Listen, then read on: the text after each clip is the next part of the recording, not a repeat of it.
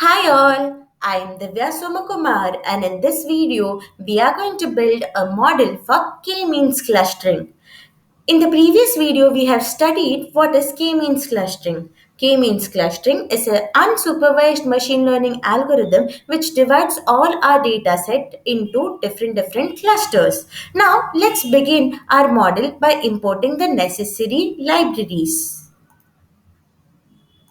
Now we have successfully imported all our necessary libraries. Now we'll import our dataset. df is equals to pd dot read underscore csv. Now I have taken the malls underscore customers dataset. I will provide the link for the dataset in the description below.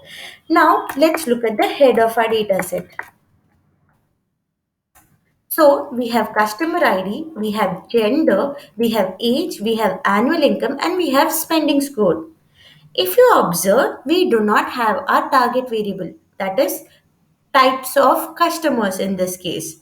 So we will have to use k-means clustering to identify the different clusters of customer.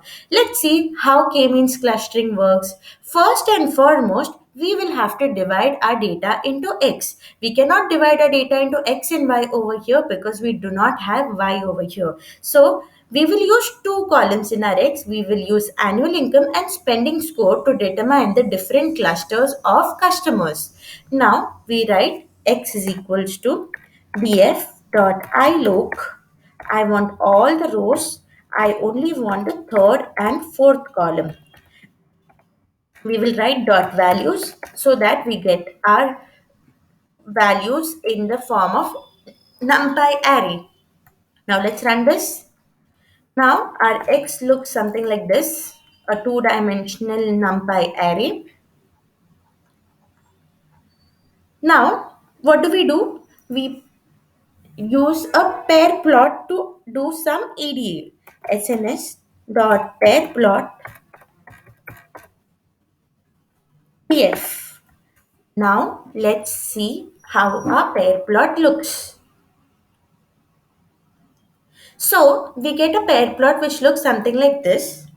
Here, from the last graph, we can come to know that there are five clusters in our data. See over here, you can find five clusters. Now, we will jump into k-means clustering. Now, we'll start by first importing k-means clustering from sklearn.cluster. From sklearn.cluster, import k-means. Let's run this. So we have run this successfully.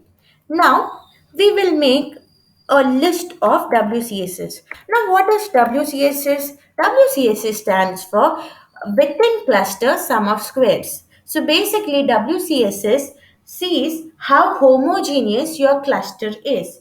So if the WCS is low, then our cluster is highly homogeneous. Now, how do we find out which cluster to choose? For that, we will use a for loop. For I in range. So here your I is nothing but your number of clusters. 1, comma 11. Now, first we'll fit the model k-means. For that, we'll have to create k-means. We'll have to create an object for k-means. K-means n underscore cluster equals I random underscore state equals 42.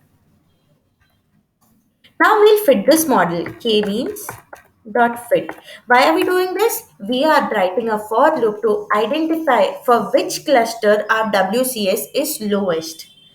Now we'll fit over here x. We do not have y, we only have x over here. We'll write WCSS dot append. Append method will add all these numbers into the list of WCSs. K means dot inertia. Now, what exactly does inertia do?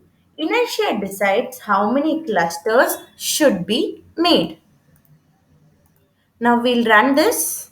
After running, let's see what is there in our WCSS. So, you get your inertia value over here. Now, we do not know which is the lowest. To make our lives a bit easier, we are going to plot this. What are we going to plot? We are going to plot the number of clusters and the WCSs. So we write PLT dot plot from range 1 to 11, comma WCSs. PLT dot title. Now we will make our title as the elbow method. Shortly, you'll understand why this graph is known as the elbow graph. So, we call it the elbow method. What does this graph tell us? It helps us find the optimal method for finding the value of k. Now, k is the number of clusters. So, we are using this method to find the number of clusters. Let's write plt.x label. What is our x label? It is number of clusters. Number of clusters. plt.y label.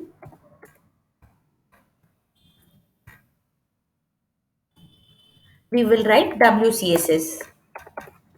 So we will choose that cluster which has the lowest WCSS. plt.grid. We'll write true. plt.show.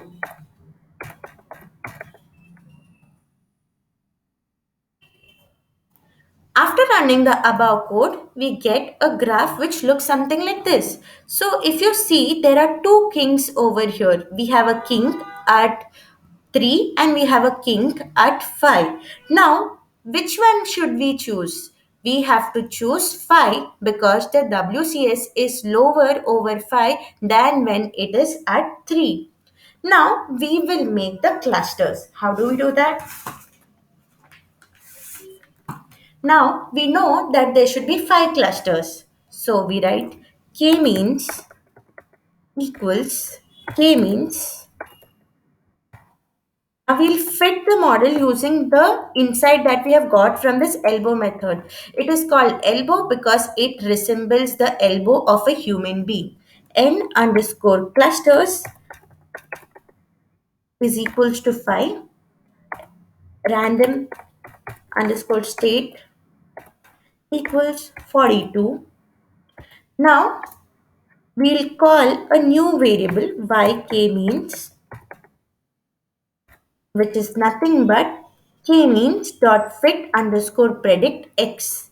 K means dot fit underscore predict x. Now we are predicting x. Now we'll find yk means. So we have 2, 3, 2. So now we have divided our data set into different clusters. Now, to make it appealing to our eyes, we are going to build a plot. That is, we will make a scatter plot. A scatter plot of all these yk means. Now, let's write the code for scatter plot. plt.scatter x yk means equal 0, comma 0, comma x yk means equal 0, comma 1, comma s is equals to 100. S is nothing but size. Color, which is C, is equals to, let's say, red. This is the first one. And let's say label is equals to, we have to give a label. Label is equals to cluster 1.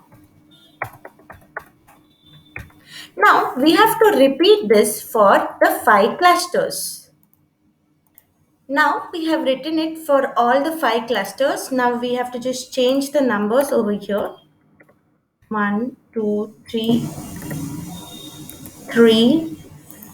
four, five. Now we'll have to write the code for our centroid. How do we write the code? We write, I'll write it plt dot scatter. K means. Now we already have a method embedded in kmeans.cluster underscore centers, which will give us our centroid. Cluster underscore centers underscore.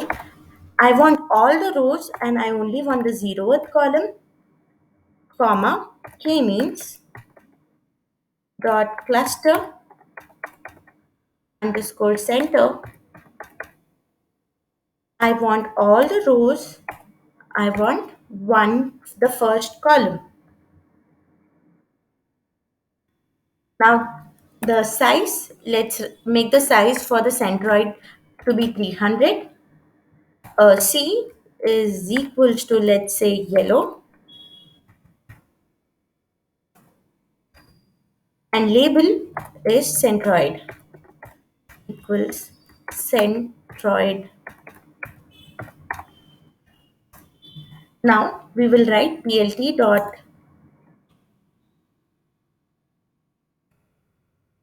just a second.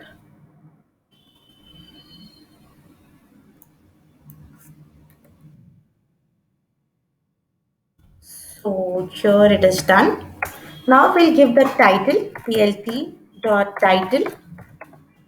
What is it? It's the cluster of customers.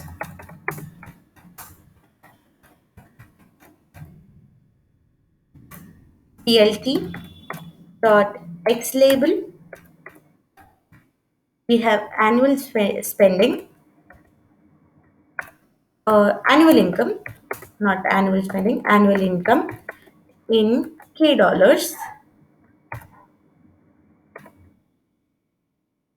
and plt dot y label is the spending score.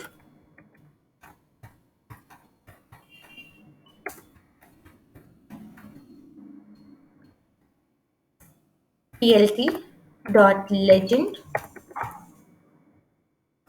We need a legend because we want to show this cluster 1, cluster 2, cluster 3, cluster 4, and cluster 5. Plt dot show. Okay, now let's run this. After running the above code, we get our clusters. We have a cyan cluster, we have a blue cluster, the red cluster, and magenta cluster, and green cluster, and your centroid, which is in the center.